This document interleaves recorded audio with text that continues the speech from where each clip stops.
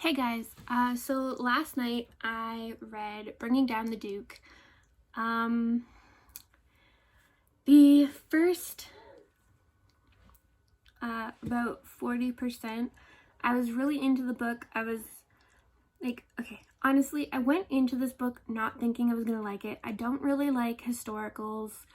I just can't get into them. I also don't like the old style writing, but I did go into it with an open mind, and the first 50% of the book I've really enjoyed.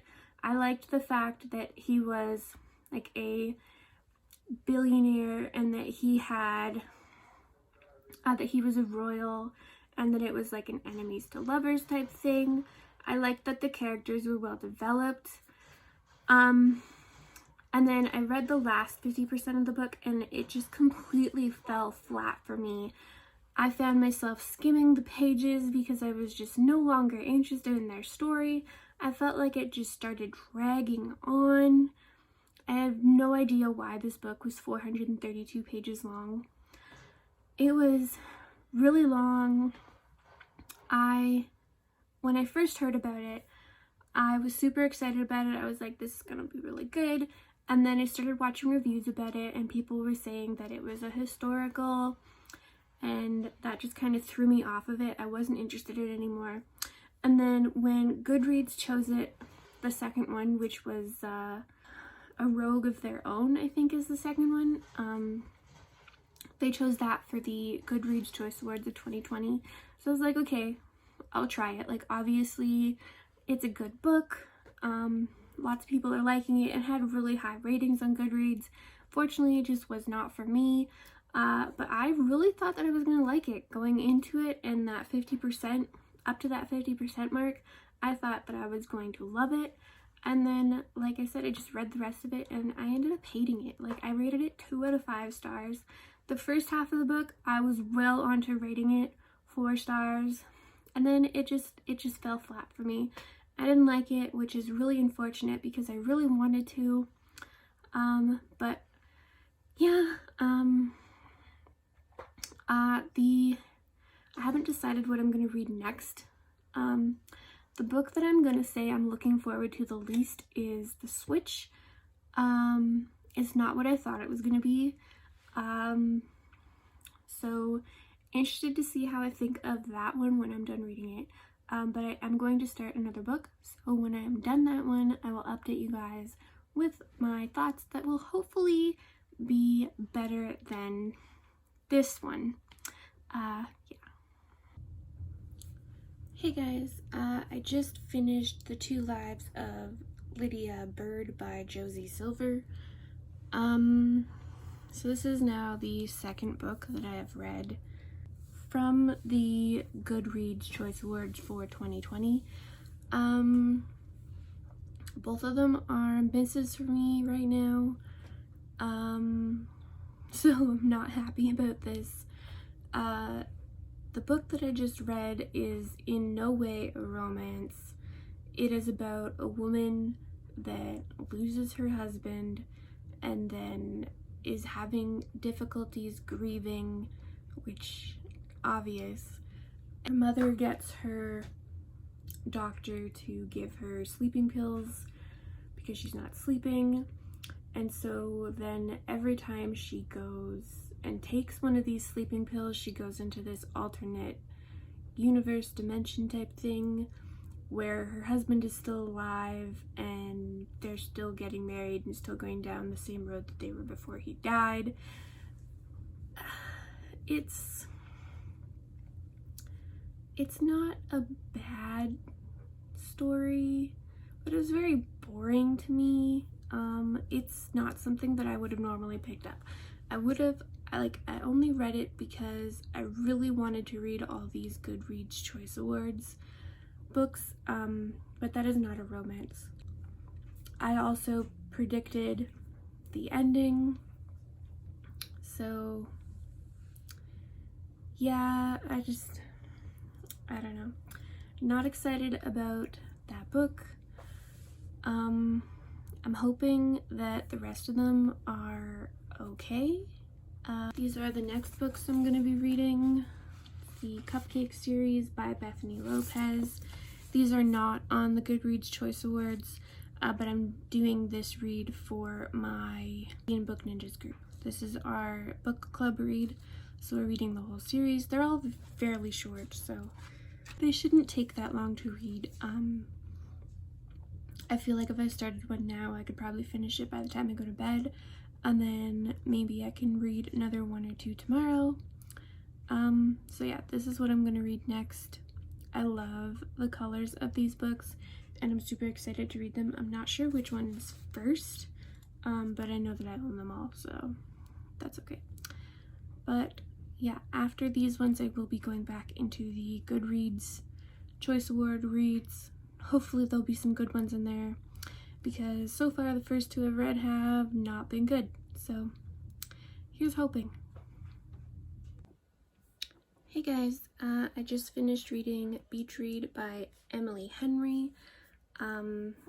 This book took me 4 days to finish it. Needless to say, I hated this book. I feel like I wasted my time reading it. There was nothing that kept me interested. I wasn't interested in January or Augustus. Like, there was just nothing. It had a cool concept. I was really excited about it when I heard about it. I was like, this is gonna be great, and it's gonna be a rom-com, and no. I also thought that maybe it would be an enemies to lovers, because the authors were dueling, like, make a bet, and I just hated it. There was a couple parts that I liked, like a couple sentences or a couple quotes, but most of it I didn't like. I would literally read this book and then I would end up like falling asleep, and I'd wake up and be like, oh. So I honestly don't see how so many people are loving this book, because I just found it very boring and that it had nothing going on in it. So that's really unfortunate. I really wanted to love it, but I did not. I might try another book from this author later on, but chances are slim. But yeah, that's all that I have to say right now. I might have some more later, but that's what I have at the moment. Hey guys, I just finished You Deserve Each Other. I ended up giving it 3 out of 5 stars. I think it was just because I wasn't overly happy with the pacing, and I absolutely hated the first 100 or so pages. I ended up hating the heroine in the first 50 pages. However, the story did end up growing on me. I didn't like the fact that the characters were basically only staying with each other because they felt like it was a necessity, that they basically had to, because the wedding was already being planned and so much was already spent on it. I don't think that's a reason to stay with someone. However, I also think that they shouldn't have let themselves get that far into it, being so unhappy. There was a lot of cute parts in the book. I wouldn't say that it deserves to be one of the best of 2020 romances, but it is still a decent book.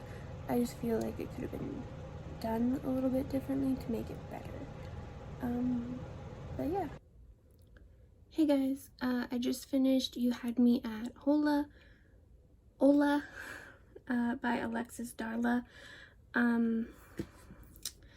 There wasn't anything really wrong with this book, but I wouldn't go out of my way to read it. I wouldn't recommend it to people. It was just, I don't know, it was very slow, and I just felt like there was nothing going on. I felt like the author was trying to shove the telenovela into the story, and it just didn't work because we would randomly get scenes from the telenovela, but we would get like jumping scenes, and they didn't add anything to the story. They didn't do anything. So I mean, like, the behind the scenes stuff was good, it added into the story, but like the scenes themselves, I don't understand why we're in there. And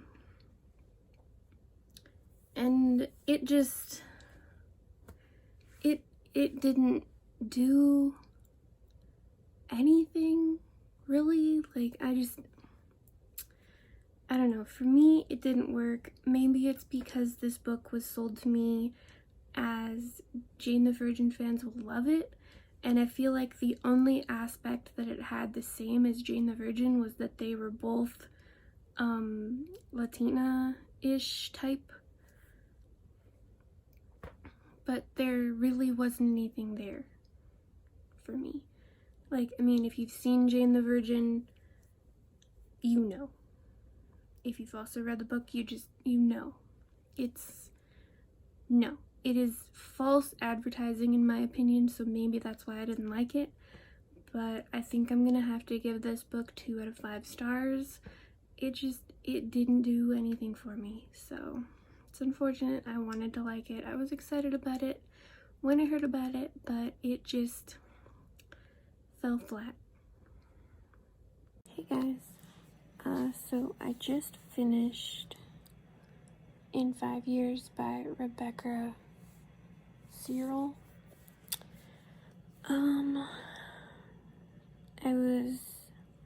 I can't say I was disappointed at this point because none of these Goodreads nominations are very good, in my opinion. I haven't decided if I'm gonna give this book 2 or 3 stars yet, but I'm leaning towards 2, mostly just because of the fact that I don't feel like it needed to be a book. I don't understand how it's a romance. I mean, it again is false advertising. It sounds as though this woman wakes up 5 years into the future and is wearing some other guy's wedding ring, and no, it's not the case. I can't go into it because spoilers, in case you guys for whatever reason are wanting to read this story. I would not recommend it to people. I feel like I wasted my time reading it, honestly. It just goes back to the beginning of the story, and then it just ends. Like, there really is no romance in this book. It's more of a best friend romance without romance. It's really just a best friend story, which is fine, except I was expecting a romance, and that's not what it is. So, but I mean, at this point, I've read so many of the Goodreads nominations, and they have all fell flat for me. So, at this point, I'm not really disappointed anymore. I feel like they're all just shit, which is really unfortunate. But yeah, hopefully the rest of them will be good. Hey guys, so I ended up DNFing The Switch by Beth O'Leary. I made it 42% in, and that was with dragging myself through the book. So I finally got to 42% in, and I couldn't do it anymore. I had to stop. Like, there was nothing that I was interested in. I didn't like the characters. I didn't like the story they were going for. Like, I liked the concept, but I don't feel like it was done properly, and I couldn't make myself read it. So unfortunately, I did not finish that. So yeah, there's not really much to say about it besides that it was not for me. I mean, all that happened in that 42% was that I don't even remember the characters' names, but the younger character, all she literally did was lose a dog that she was taking for a walk and go to a bunch of community center meetings and get in basically a hate match with the other lady that basically ran stuff. And then the older lady, all she was doing was making friends in the apartment building and redecorating the communal room. 42%. So yeah. And then I just finished reading One to Watch by Kate Stayman London. I have decided that I'm going to give this book 3 stars. I really liked the first third of the book. I'd say I read the first 111 pages really, really fast. I was really into it. I thought it was going to be great. And then it just started to drag on.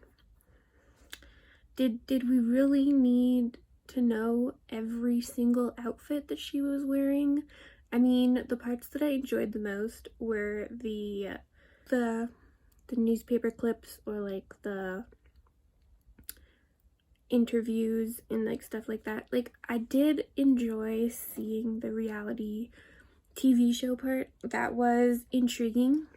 But I feel like they could have done it a lot better than they did. I've read reality TV like stories before that were romances, and they were done well. I would say this one was done okay. I'm likely never going to read it again. I don't want to own a physical copy of it. I'm happy that I have read it so that I can form an actual opinion of it, but I wouldn't go out of my way to recommend it to people. I wouldn't go out of my way to buy a copy of it. So yeah, so far all of the Goodreads Choice Awards are still falling flat for me. Still trying to get through them all. I know that we have made it onto the finalist lists now. I am doing pretty good, I think. I think that I will be able to finish the rest of them. I'm still doing as many as I can, but I'm still hoping to read all of the books that were nominated. So we'll see what I get done. Hey guys, so I finished the Happy Ever After playlist by Abby Jimenez. This is the highest rated book that I've read. I rated it 4 out of 5 stars, which, yeah, I think I've rated one other one 3 out of 5, and then majority of the others have all been 2 out of 5. So this one was really good. I thought it was well done. I read The Friend Zone, and I was liking it until it got to the end. If you've read that book, then you know what I'm talking about. I didn't like that. Maybe it's just because I am one of the women that suffers with infertility. And then for her to just, it just didn't work for me. I know that I'm not the only person that has said that they had a problem with that book. But I did really end up liking this book. I didn't like how the ending was very rushed, I felt. I know that Jess from Peace Love Books has also said she had an issue with the ending for this book. but she made it sound like it was something different. So I don't think that it's the same issue that I had, but who knows. Hey guys, unfortunately I have DNF'd another book. That would be Boyfriend Material by Alexis Hall. I can't really begin to explain why I didn't like this book. I hated the main character that we are stuck in the head of. I just thought he was an absolute cocky asshole, and usually I can get behind the brooding males, but this guy, I couldn't do it. So I ended up DNFing it. I got to 43%, so I feel like I gave it a pretty good chance. But it unfortunately was just not for me.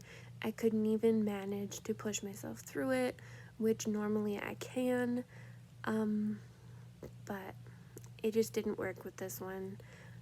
So needless to say, this Goodreads Romance Choice Awards of 2020 are not very good in my opinion.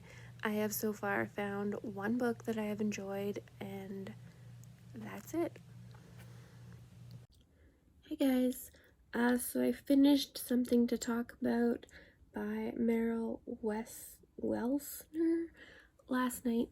I actually really loved this story. It's the first female romance that I've really full out read, and I was really surprised by it. I wasn't sure how I was going to feel about it, but I absolutely loved it. I ended up giving it 4 out of 5 stars.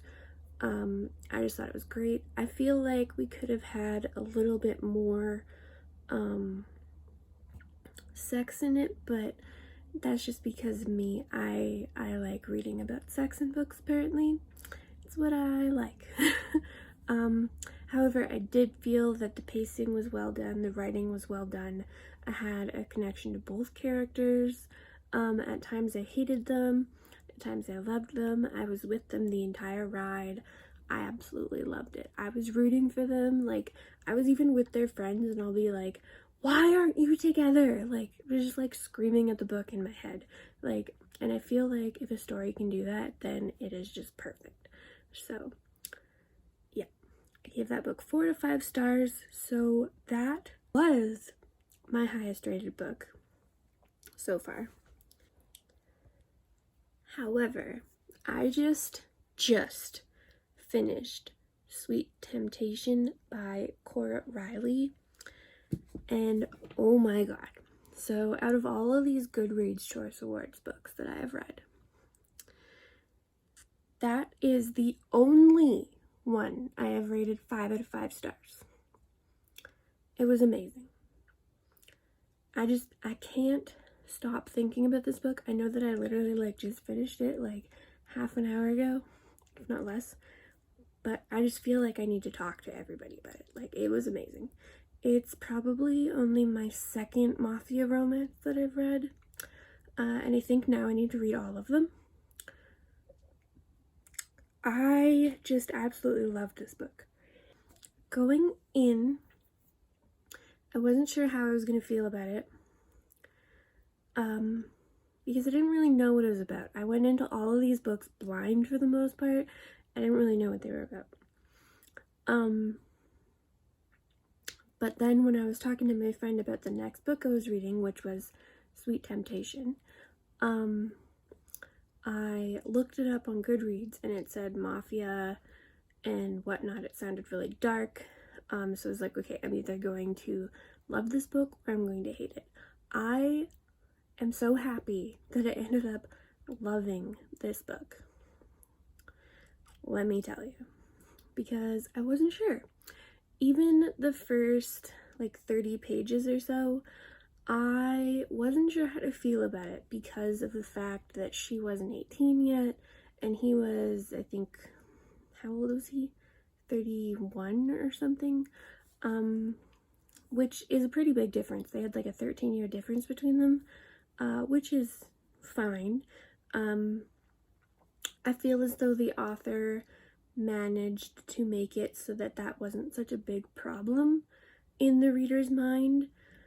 However, it was also kind of like a taboo romance because of the age gap, I guess. I don't know, but the fact that she was 17 when they got engaged, and the fact that we had no idea what actually happened to his wife, all we knew that was he needed a wife to take care of the kids, and he was an underboss, and he was known as being very cruel. I did like that we got to see the undertones of that in the fact that he did end up having a really soft personality towards, I called her Julia. I'm not actually sure what her name is. It was spelled really weird to me, but that's how I got her name, so I called her Julia. Please correct me if that is not actually her name. Tell me how to say it, because I don't know, that's just kind of how I read it. But yeah, I absolutely loved it. I love how she was like thrown into this relationship and then she just like took it all on, and she actually tried at the relationship, and then he ended up trying at the relationship, and it just ended up working. Like, I absolutely loved it. If you haven't read a mafia romance yet, I would highly suggest reading this one because it was just amazing.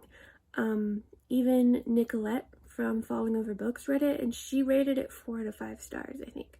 But she reads a lot more mafia romances than I do, so maybe that's why she rated it a star lower. But I really don't have anything bad to say about this book in particular. I absolutely loved it, which is definitely saying something, because again, I think I've read close to 15, if not more, books, maybe less, I don't know, maybe 10, Goodreads Choice Awards for 2020, and these last two that I read are the highest rated that I've read. So Sweet Temptation was 5, Something to Talk About was 4, and then I've had a couple 3s, but most of them have been 2s, 1s, or DNFs. So the fact that this book was just so amazing, and I think I only have 7 left. I have Regretting You, which I'm dreading reading because I haven't had a good go with Colleen Hoover, but I'm gonna try.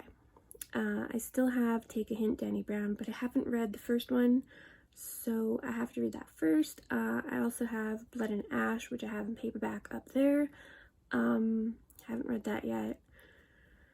What else was there? I don't remember. But like, even these books that everyone is so highly rating and I absolutely hated them, like Beach Read, for example, I wasn't sure how I was gonna like that book, and I absolutely hated it. So, and then there was books that I thought I was gonna love, like You Had Me at Ola, just because it sounded so funny. Like, it sounded like it was gonna be the book version of Jane the Virgin. It's not, let me tell you. But yeah, hated that book as well. But I'm glad to say that I finally found a book that I loved off of this list so far, and I'm hoping that I will find at least 1 or 2 more. I'm running out of days for reading. I think I have 7 books left and I have 7 days left, but I also have an arc that I need to read before December 1st, so yeah. And I also have Blood and Ash is a really, really big book. It's like 700 pages. So yeah. We also can't forget that I also have to read the second, or like the first book for Take a Hint, Danny Brown. So I don't think I'm gonna make it through them all, but I am trying my best. So yeah. Hey guys. So I have officially given up on my Goodreads nomination Choice Awards for 2020. Goodreads needs to get their shit together. That was bad. Really, really bad. The reason that I have now given up on this journey is because I just DNF'd Regretting You by Colleen Hoover. This is now, or that was, the third book that I have read by Colleen Hoover. And I have absolutely hated all of them. Needless to say, I did not finish it. I could not get into the characters. I did not understand why we were following the mother and the daughter throughout this story. It made no sense to me. And I couldn't make myself read it, especially after I have completed 2 Colleen Hoover books. And I absolutely hated them. So I'm not going to try and force myself to read a third one that I am going to hate, because then I'll just end up in a reading slump, and I don't want that. So I DNF'd that. I also DNF'd From Blood and Ash by Jennifer L. Armentrout. It's the first book by her that I've read. Hated it. Couldn't get into it, wasn't into the characters, couldn't follow the story because I just didn't care. That's basically what it comes down to. And then after the fact that I have read so many of these books and either ended up DNFing them, giving them 1 out of 5 stars, 2 out of 5 stars, or potentially 3 out of 5 stars, it wasn't really working for me. So, I've decided to give up on this journey. However, I did end up reading all of the finale books that were in the Goodreads Choice Awards 2020, except for Take a Hint, Danny Brown. I didn't read that one because I have to read the first one in order to do that. And, I mean, to me, if I haven't read the first one, there's probably a reason. So I ended up voting for the Ever After playlist by Abby Jimenez. That's who I voted to win. We'll see if that's who wins, but I doubt it.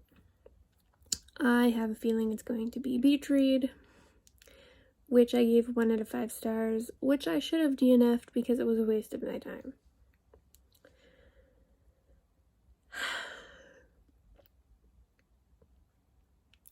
But now, I am going to read my Christmas arc that I received, which is Fabricating Christmas.